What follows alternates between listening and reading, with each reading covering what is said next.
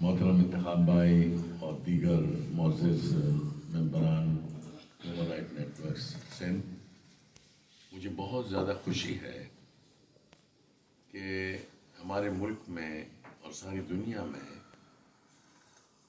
इंसानी हुकूक़ की पामाली धड़ल्ले से हो रही है और कोई इस पर आवाज़ बुलंद करने वाला नहीं। इतने बड़े बड़े इदारे बने हुए हैं, जिसमें अक़वाम मुत्तहिदा भी है, जिसमें OIC भी है, मुसलमानों की जो तंजीम है वो भी मौजूद है, ह्यूमन राइट्स की इंटरनेशनल तंजीमें मौजूद हैं, लेकिन वो सब जो है उनका नुक्ता नज़र जो है कुछ ज़ाती मसाइल के हद से ज़्यादा निकलता नहीं है। जहाँ मुसलमानों के साथ ज़्यादती हो, जहाँ जाबिर क़ुव्वतें अमेरिका या बरतानिया या इसराइल कोई जुल्म कर रही हों तो उनकी मुखालफत मोल लेना कोई पसंद नहीं करता है। और यही आप देखेंगे जो इस वक्त कश्मीर में हो रहा है, ये बहुत बड़ा दुनिया है। दुनिया सारी में आज़ादी की तहरीकें चली और उसका हक भी बनता है, उसके बावजूद भी सारी दुनिया के ममालिक को आप देख लें, कोई आगे बढ़ चढ़ कर उसका साथ नहीं दे रहा है। और हत्ता कि अब पाकिस्तान भी इस मामले में बहुत ही ज़्यादा पैसिव हो गया है, एक्टिवली जो काम करना चाहिए वो नहीं कर रहा है। आप देख लें, दुनिया में छोटे छोटे मसले पैदा हुए। इंडोनेशिया में शुमाली मशरक़ी तैमूर का मसला हुआ, अक़वाम मुत्तहिदा फ़ौरन फलांग पड़ा और वहाँ रेफरेंडम हुआ, उनको आज़ादी मिली। दारफूर में जो सूडान का हिस्सा है उसमें तहरीक को आगे बढ़ाया गया और बिल आखिर जो है वो भी रेफरेंडम के नतीजे में उनको भी आज़ादी मिली। लेकिन अक़वाम मुत्तहिदा की अपनी करारदादों के बावजूद, आपको मालूम है कि जब कश्मीर में मसला पैदा हुआ और ये आज़ाद कश्मीर जो आज़ाद हुआ है उसकी तहरीक चली, नौजवान गए, कबायली गए और वो आज़ाद हुआ, तो फौरी तौर पे नेहरू ने इस मसले को अक़वाम मुत्तहिदा में ले गया और उसमें 2 मरतबा करारदादें आई, पास हुई और अक़वाम मुत्तहिदा ने इंटरवेंशन किया कि इसको बंद किया जाए और इस्तिस्वार राय होगा और उसके नतीजे में जो फैसला होगा उसके मुताबिक अक़वाम मुत्तहिदा खुद इस पर अमल दरामद कराएगी। लेकिन आप बदकिस्मती ये देखें कि न अक़वाम मुत्तहिदा ने आज तक कुछ किया है, न पाकिस्तान ने कोई बड़ा कदम उठाया है और न ही हम आप देख रहे हैं कि इस्लामी ममालिक ने कोई साथ दिया। लोग मर रहे हैं। आप देखें, हमारा हक इसलिए भी है, मैं कहता हूँ कि जब पाकिस्तान हिंदुस्तान की तक़सीम हुई तो उस वक्त ये बात तय हुई कि जहाँ पर हिंदू मेजॉरिटी है वो इंडिया में जाएंगे और मुस्लिम मेजॉरिटी है पाकिस्तान में जाएंगे, नंबर 1। नंबर 2 ये हुआ कि जहाँ का हुक्मरान जो है वो एक ये ऑप्शन इख्तियार किया गया कि जहाँ का हुक्मरान जहाँ ले जाना चाहता है उसको उसके साथ जाना चाहिए।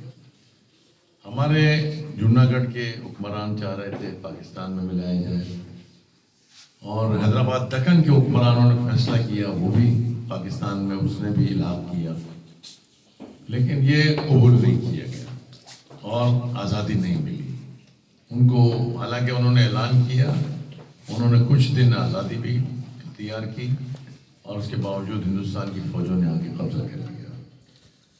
कश्मीर में मुसलमानों की मेजॉरिटी थी, लेकिन वहाँ के हुक्मरान ने हिंदुस्तान का साथ देने के लिए कहा, तो ये नल एंड वाइट होना चाहिए। इसलिए कि आपने दूसरी तमाम जगहों पर अक्सरियत को देखा और उसके मुताबिक फैसला किया, तो आपको कश्मीर में भी यही करना चाहिए। आपने ये नहीं किया और उसको अंग्रेज़ों ने साजिश के तहत जो है वो हिंदुस्तान का हिस्सा बना दिया। और जब मूवमेंट चली तो उन्होंने कहा कि हम इस्तिस्वार राय करा के फैसला लेंगे। आज तक फैसला नहीं हुआ। आपको मालूम है 1965 की जंग हुई, 1971 کہ تمام جنگیں چلیں، لیکن اس میں بھی کوئی فیصلہ کشمیر کا نہیں ہو سکا۔ اس لیے آج جو ہم یوم یکجہتی کشمیر منانے جا رہے ہیں کل انشاءاللہ، یہ ایک بہت بڑا کام ہے، اور آپ کو معلوم ہے جماعت اسلامی کا اس میں بہت بڑا کنٹریبیوشن ہے۔ قاضی حسین احمد صاحب نے اس کو اسٹارٹ کیا، اور اس کے نتیجے میں حکومت نے بھی اس کا ساتھ دیا اور ساری دنیا نے ساتھ دیا۔